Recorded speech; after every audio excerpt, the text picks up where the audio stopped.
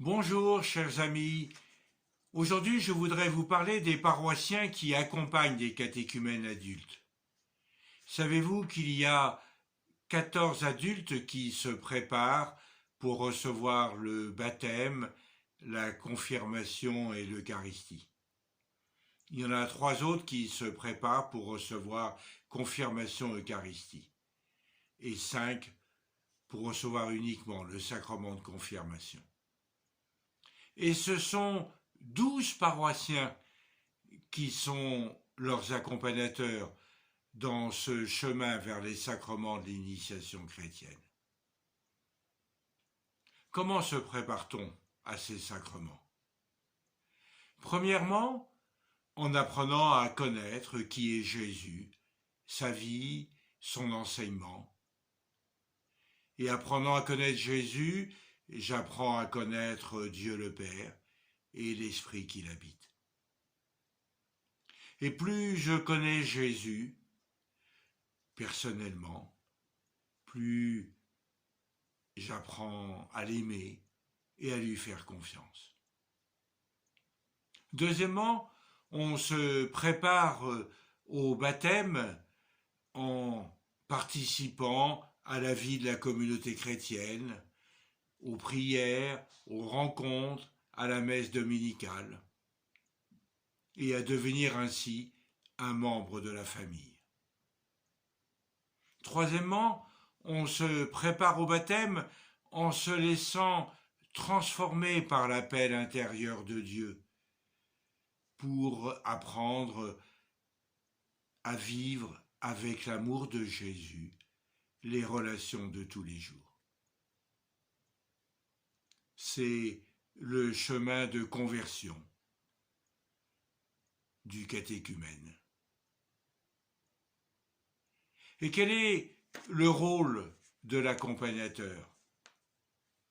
Être un frère ou une sœur aîné dans la foi, qui accepte de partager son espérance de croyant et qui se met à l'écoute des appels de l'esprit avec le catéchumène pour se laisser convertir avec lui.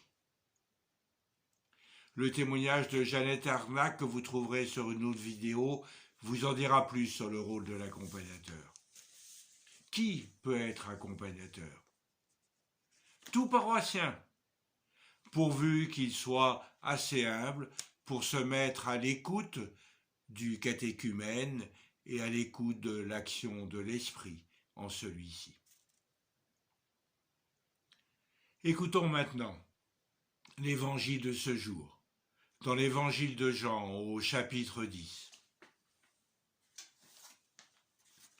En ce temps-là, de nouveau, des Juifs prirent des pierres pour lapider Jésus.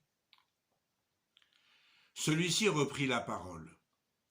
« J'ai multiplié sous vos yeux les œuvres bonnes qui viennent du Père. Pour laquelle de ces œuvres voulez-vous me lapider ?» Ils lui répondirent, « Ce n'est pas pour une œuvre bonne que nous voulons te lapider, mais c'est pour un blasphème. Tu n'es qu'un homme et tu te fais Dieu. » Jésus répliqua, « Si je ne fais pas les œuvres de mon Père, continuez à ne pas me croire. Mais si je les fais, même si vous ne me croyez pas, croyez les œuvres. Ainsi vous reconnaîtrez de plus en plus que le Père est en moi et moi dans le Père. » Eux cherchaient de nouveau à l'arrêter, mais il échappa à leurs mains.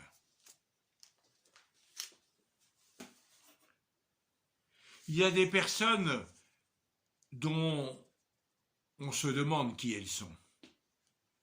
Il y a des personnes qui parlent beaucoup, mais nous nous interrogeons, qu'y a-t-il derrière ces paroles?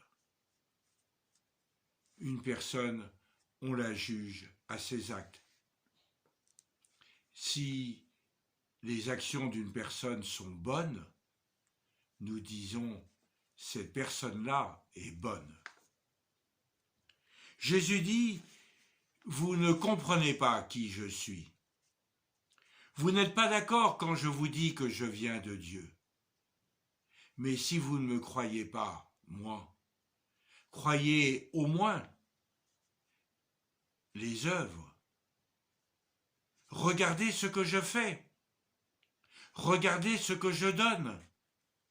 Le pain en abondance, le bon vin, la guérison, la consolation, le pardon.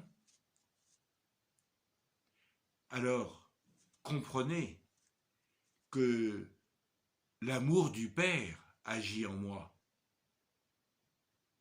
Regardez ce que je fais et comprenez que l'amour du Père est en moi et que je vis dans l'amour du Père.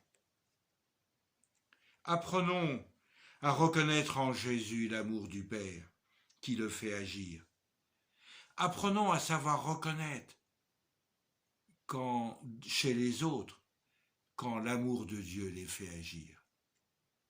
C'est ce que nous apprenons ensemble avec les catéchumènes. Rendez-vous ce soir à 19h30 pour prier avec la prière des accompagnateurs. Bonne journée à vous. Au revoir.